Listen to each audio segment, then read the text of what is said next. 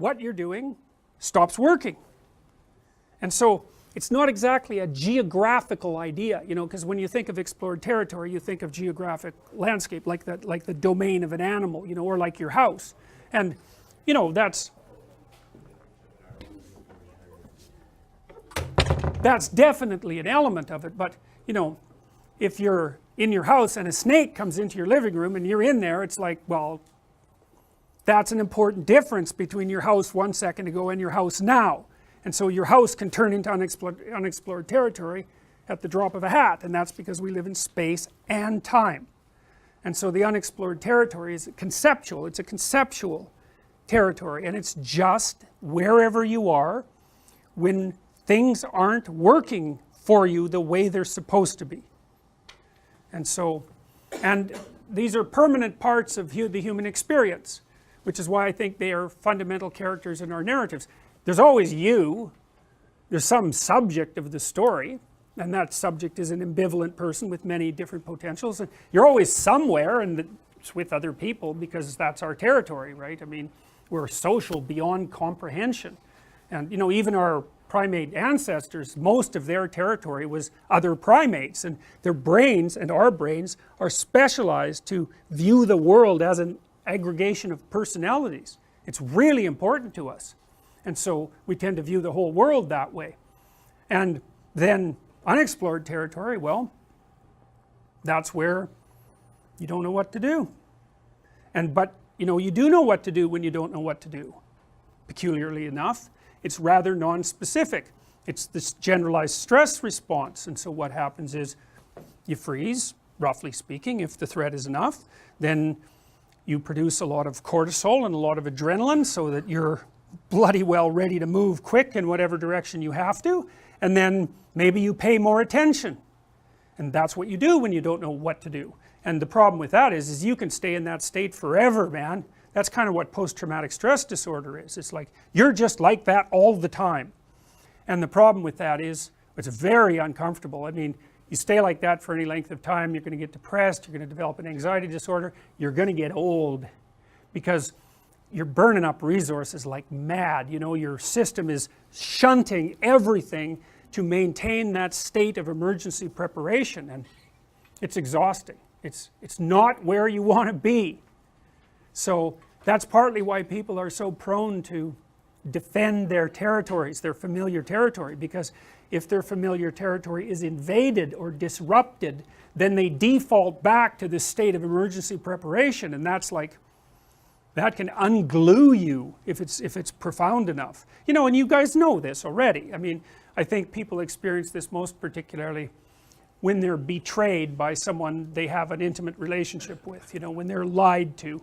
There's other ways, the collapse of a dream or a vision that you've been pursuing, or an illness, or the death in a family. There's lots of other ways, but betrayal is a really good one, because if you're with someone for a long time, you trust them, you have a representation of your past, you have a representation of you in the relationship, you have a representation of them, you have a representation of relationships, you have a representation of the future. You get betrayed, it's like poof, even the past isn't what you thought it was, you know. And what about you? You know, how clueless are you?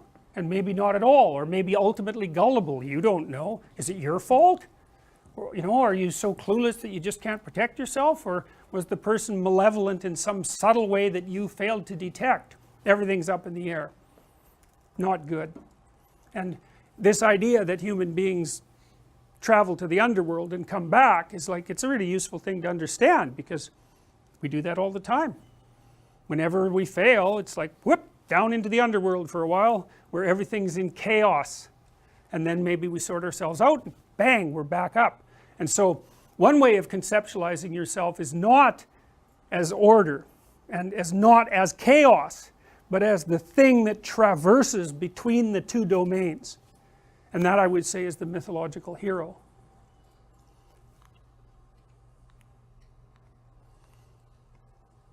So I'm going to start talking to you about Pinocchio a little bit, weirdly enough.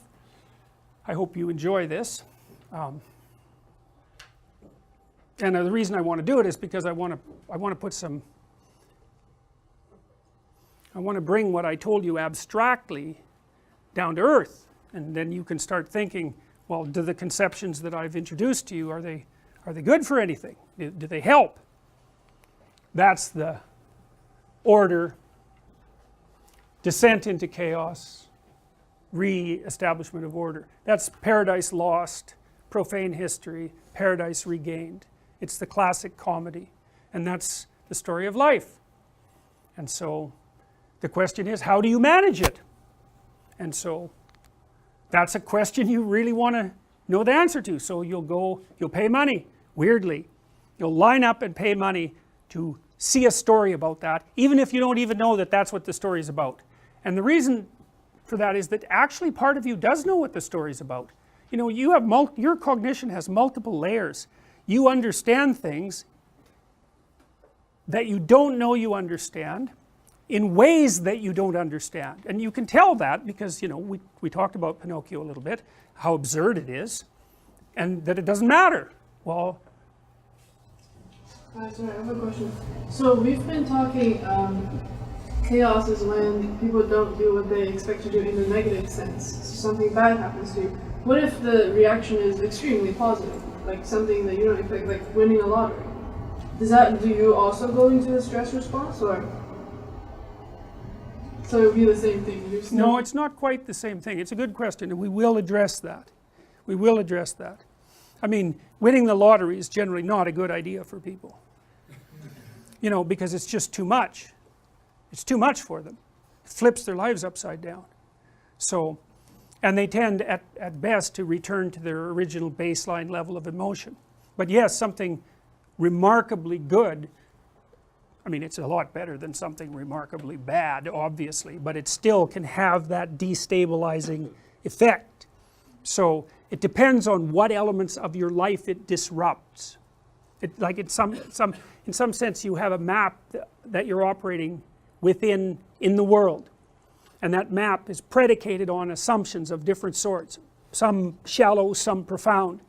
When the profound assumptions are devastated, huge chunks of the map are invalidated, and that can happen sometimes when dramatically positive things happen as well.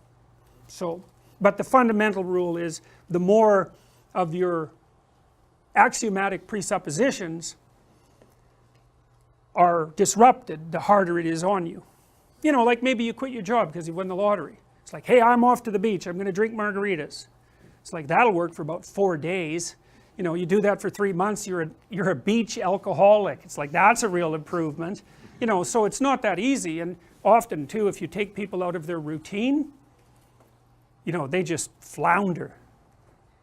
Their circadian rhythms go, they don't eat properly, they don't know what the hell to do. You know, so this is often why people have such a hard time when they retire. I'm going to retire and relax. It's like, if I relaxed for 2 weeks, I would die. You know, I need something to do. I need to be engaged in something. So, okay. Pinocchio, Disney movie, an early one, a masterpiece. And so I'm going to walk you through it, and I'm going to tell you what I think it means, and you can tell me if you think that that's useful. And I'm only going to do that for about 10 minutes today because I do want to cover some of the details of the class, and then next class we'll continue with this. So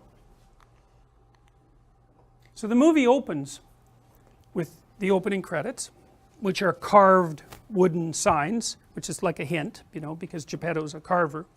And it starts with this song, which was actually quite a popular song, and it's a bit of a, what would you call it? I don't think the poetry is particularly profound, but it was a song that people liked and people still listen to, and it sets the tone for the movie, which is what music does. One of the things that's really interesting about movies, that's really mysterious, is that, you know, if you go to a movie, there's almost always a soundtrack, right? If you go to a movie and there isn't a soundtrack, it kind of feels empty. It feels like there's something missing, and, you know, it's as if the music, you know, when you go to a movie, there's lots of things you can't see. The characters are only partial, and you don't know anything about their background, so it's like a low resolution thing. And what seems to happen with the music is that it provides the emotional background, the complex context, let's say. It's like a substitute for the context, and it guides you in your perceptions of the movie. It gives you hints about what's going to happen, and the funny thing about that is that we just don't have any problem with that. You know, it's like, yeah, of course a movie has a soundtrack, and of course when there's a dramatic scene the music gets dramatic, but that doesn't happen in real life, so you'd wonder why we would accept it in a movie. And I think it's partly because we're willing to accept the amplification of reality that constitutes a movie, and in fact we find that compelling, and music is one of the things that does that amplification, the dramatization, and that's acceptable to us. This song I find quite interesting, so I'm going to take it apart quite a bit. In some sense I feel foolish doing it, because it's, you know, it's a childish song in some ways, but that's okay. When you wish upon a star, makes no difference who you are. Well, okay, there's some mysteries there. People wish upon stars, that's like a little ritual, right?